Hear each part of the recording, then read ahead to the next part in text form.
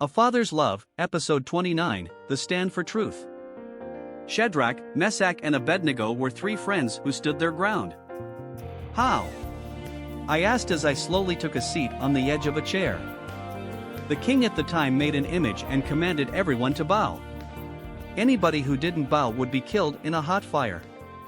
Dad, this is beginning to sound like some myth. I smiled and was about to burst out laughing as I anticipated Dad confirming my thoughts. It's real. You know I keep it real. Dad pointed at me as he took a few steps in style. I burst out laughing so hard that Dad got startled. Shadrach, Meshach and Abednego refused to bow to the image. That's stupid. Bowing to save one's life shouldn't be a brainer. Some people put conspiracy into everything. The world could be. I suddenly noticed Dad was trying so hard to contain his laugh. What's funny, Dad? The way you went on ranting was too funny to ignore.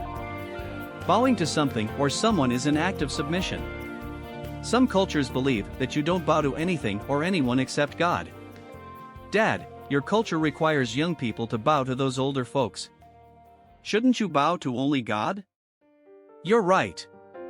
Bowing, according to my culture, is a level of authority which doesn't negate me bowing to God.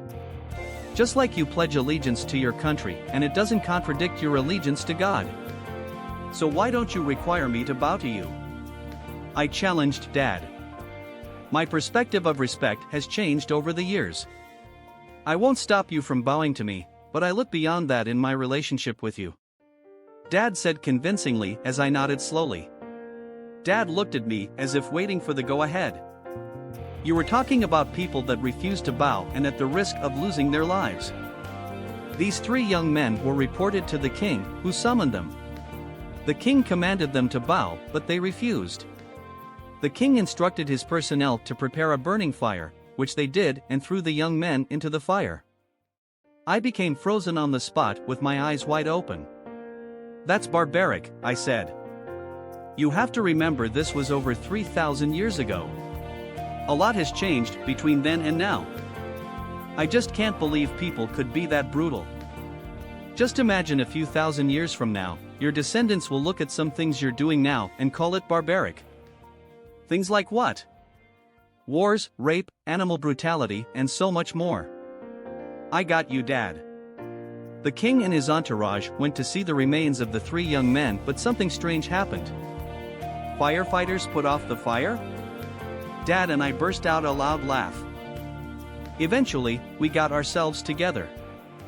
The three men were alive in the fire and there was someone else with them. Now this story sounds like a Nollywood and Bollywood collaboration movie. Who was the fourth man? The fourth man is God. At the most vulnerable time, when they stood their ground for God, God showed up for them. But I've heard of people who stood their ground for God and died. A good example is Stephen, who was stoned to death. You're right about that. Dad pointed at me as his second finger moved up and down. It's not always guaranteed to seem to go right when you take a stand for the right thing, but it always accomplishes a present or future purpose. I slowly looked around as if I was looking for a clue. So why will anyone take a stand for the right thing? Dad nodded as he smiled and exited the room.